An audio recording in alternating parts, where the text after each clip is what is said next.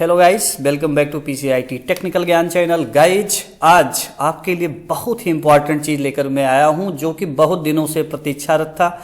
आप देख पा भी रहे होंगे वेबसाइट पर कि ये जो उत्तर प्रदेश पुलिस की भर्ती आई है, बहुत बम्पर भर्ती है। 60,000 पदों की भर्ती ये होने वाली है। इसमें आप आज जानेंगे बहुत इंपॉर्टेंट चीज, जो कि फॉर्म भरते समय गलतियां ना हो और फॉर्म कैसे भरा जाए, फॉर्म में किसके लिए कितना पद है, फॉर्म की डेट, लास्ट डेट, क्या शैक्षिक योग्यता है, एवरीथिंग, हर एक पॉइंट पर आज चर्चा होगी। और ये आपके सामने जो स्क्रीन पे गाइडलाइन देख पा रहे हैं, इसकी साइट यहाँ आप देख पा रहे हैं uppprpb.gov.in। अगर आप इस साइट पर जाते हैं तो ये ऑफिशियल साइट है, जो कि यूपी पुलिस की ऑफिशियल साइट है। इस साइट से आपको बिल्कुल एक्यूरेट जानकारी, बिल्कुल फैक्चुअल जानकारी आपको मिलेगी। तो इस साइट पर हम आज आपको ले चलते हैं और आपको बहुत इंपॉर्टेंट चीज बताएंगे। जो फॉर्म भरते समय बच्चे तैयारी करना चालू कर देते हैं और फॉर्म भरते समय वहीं उनका फॉर्म पोस्टपोन हो जाता है, फॉर्म नहीं फिल कर पाते। तो क्या ऐसी चीजें हैं जो मुझे जानना है, चलते हैं हम इनको स्टार्ट करते हैं। सबसे पहले आज हम आपको एक एक पॉइंट पर चर्चा करेंगे, जिसमें पहला हमारा आता है टोटल। अगर हम पद की बात करें तो कितने पद हैं और किस कैटेगरी को कितना पद दिया गया है। तो गाइस, यहाँ पे टोटल पद हैं 60,244। बहुत बड़ा पद है। यूपी में काफी दिनों से वैकेंसी का था इंतजार और वो आपके सामने अब आ गई है। लग जाइए, तैयारी कीजिए, लेकिन उससे पहले अपनी सारी योग्यता को चेक कर लीजिए। यहाँ पर सबसे पहले देखिए, अनारक्षित यानी अनरिजर्व कैटेगरी वालों के लिए टोटल पद है 24,000। EWS यानी सामान्य वर्ग के लिए ये भी है। सामान्य वर्ग के लिए पहला वाला अनारक्षित भी है। सामान्य वर्ग में एक जो दूसरा वर्ग EWS है, इकोनॉमिकली वीकर सेक्शन जिसको बोलते हैं, इसमें सामान्य आर्थिक रूप से कमजोर व्यक्ति आते हैं, जिनका पद है 6,024।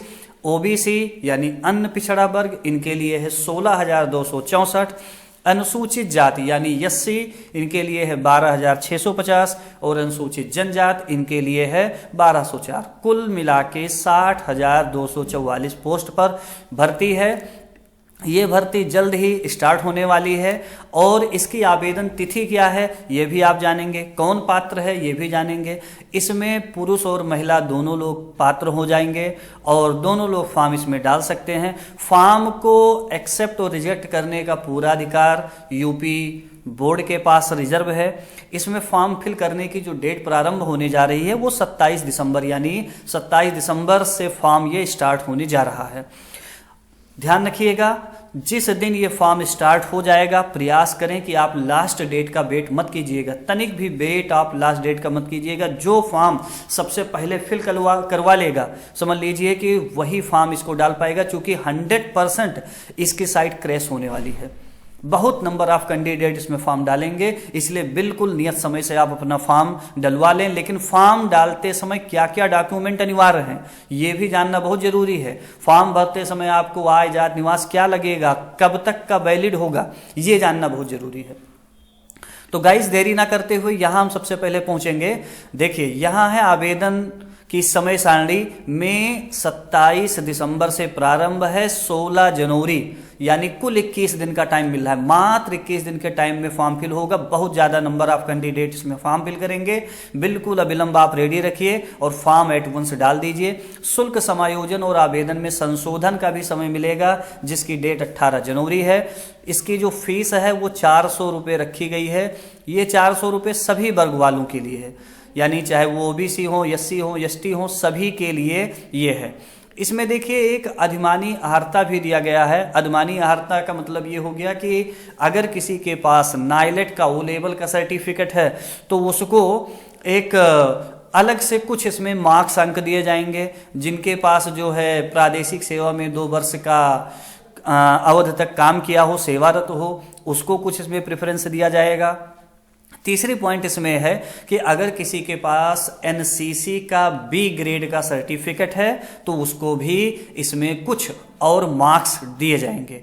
आयु की बात करें तो आयु में आप देख पा रहे होंगे कि यहाँ पे 1/7/2023 को यदि कोई भी पुरुष वर्ग 18 साल की आयु पूरी कर लेता है, 18 साल की आयु पूरी 1/7/23 से माना जाएगा और 22 वर्ष की आयु प्राप्त ना की हो, अर्थात 18 साल से 22 साल के बीच के ही पुरुष वर्ग इसमें फॉर्म भरने के लिए पात्र होंगे।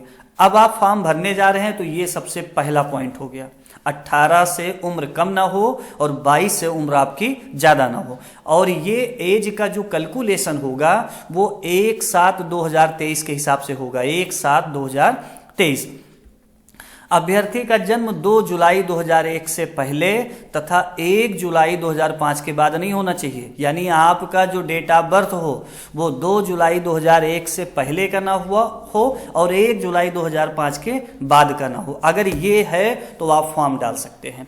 अब हम अगर बात करें एज की तो महिला के लिए क्या होगा, महिला के लिए भी 1/7/23 को 18 साल पूरा कर लिया हो और 25 साल से ऊपर की ना हो, यानी दोनों में छूट दिया गया, पुरुष को 18 से 22 साल जबकि महिला को 18 से 25 साल, यानी महिला को 3 साल की छूट और ज़्यादा दी गई है। और इनका जन्म 2 जुलाई 1998 से पूर्व तथा 1 जुलाई 2005 के बाद का नहीं होना चाहिए, यानी 2 जुलाई 2005 और 2 जुलाई 1998 से 1 जुलाई 2005 के बीच में ही महिला की आयु है तो वो फॉर्म फिल कर सकता है।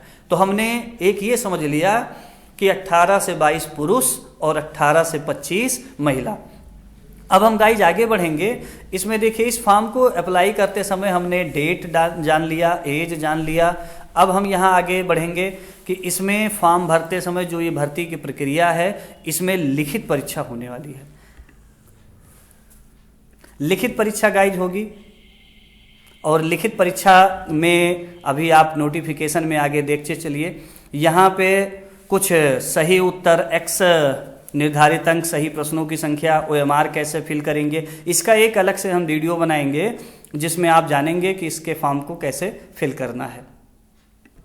गाइस जब हम बात करेंगे शारीरिक मानक परीक्षण की, पुरुष अभ्यर्थियों के लिए न्यूनतम शारीरिक मानक क्या है ये आप जानना है और महिला के लिए जानना। तो देखिए इसमें 168 सेंटीमीटर की हाइट होनी चाहिए पुरुष वर्ग के लिए। जी हाँ, 168 सेंटीमीटर। अगर हम फुट की बात करें तो 5 फुट 6 इंच के नियर अबाउट हाइट होनी चाहिए।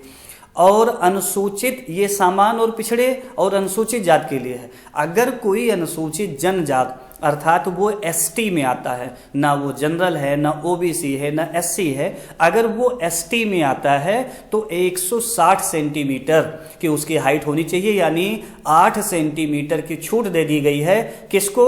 ST वालों को। जी, इसके बाद सीना है। सीना ये पुरुष का भी हम बात कर रहे हैं। सीना जो है सामान्य, पिछड़े वर्ग, अनुसूचित जात, इनको जो है 79 सेंटीमीटर बिना फुलाए और 84 यानी 84 सेंटीमीटर फुलाने पे, और अनुसूचित जनजाति के अभ्यर्थियों के लिए 77 यानी इनको इसमें भी छूट मिली है।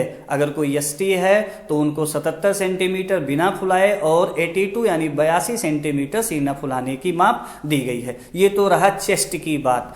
और अगर कोई महिला है तो महिला के लिए बहुत अच्छा है। महिला के लिए क्या है? सामान्य, अन्य पिछड़े वर्ग, अनुसूचित जात की महिला के लिए न्यूनतम हाइट 152 यानी इनका लगभग 5 फुट और थोड़ा सा, यानी 5 फुट 1 इंच मान लीजिए अगर हैं तो ये फॉर्म अप्लाई कर सकती हैं। जबकि अगर अनुसूचित जनजाति की महिला है तो इनकी हाइट 147 सेंटीमीटर होनी चाहिए।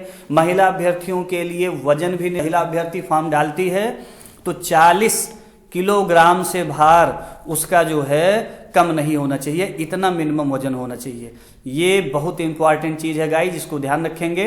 अब हम चलते हैं दौड़ की अगर बात करें तो 4.8 किलोमीटर की दौड़ 25 मिनट में पुरुष दौड़ेगा 4.8 किलोमीटर अर्थात 4.5 किलोमीटर, जबकि महिला दौड़ेगी 14 मिनट में 2.4 किलोमीटर। गाइज ये याद रखिएगा, 2.4 महिला के लिए, 4.8 पुरुष के लिए, और 25 मिनट में पुरुष, 14 मिनट में महिला ये दौड़ लगाएगी।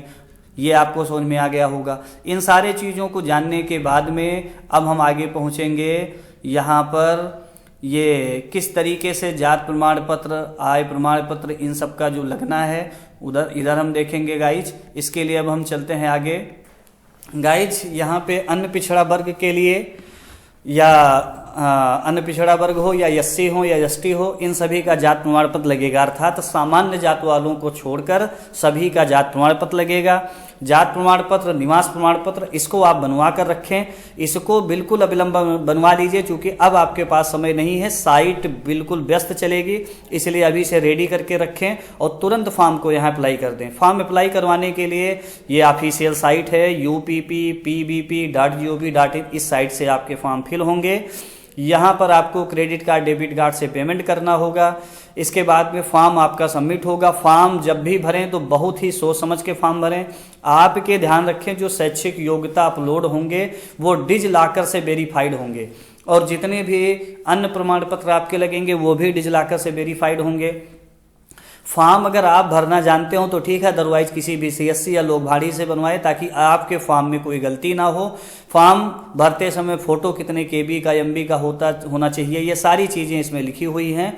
ये पूरी डिटेल आप एक बार ज़रूर देख लीजिएगा और बैठ के आराम से फॉर्म फिल करवाइएगा, ताकि फॉर्म करेक्शन में ना जाए तो ज़्यादा बेहतर है। इसके बाद में इसमें आपकी परीक्षा होगी, एक सामान्य ज्ञान की परीक्षा, यानी जो आपका लिखित परीक्षा होगा उसमें जनरल नॉलेज, इसके बाद में आपका आएगा जनरल हिंदी और न्यूमेरिकल एंड मेंटल एबिलिटी।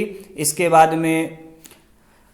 बाद अगला आपका आएगा इसमें mental aptitude, IQ and reasoning ability. इन सारे चीज़ों से आपके प्रश्न पूछे जाएंगे। ये था आपका अब तक की सारी डिटेल, और ये इसके फॉर्मेट हैं जो आपको फॉर्म फिल करवाएंगे। आय, जात, निवास, आय तो नहीं लगेगा, पर जात निवास कैसे बनवाना है, इन सब की पूरी ये डिटेल थी। तो ओवरऑल गाइज हमने ये देखा कि जो यूपीपी की वैकेंसी है इसमें सारे डिटेल कैसे फिल होने हैं, किस तरीके से फिल होने हैं।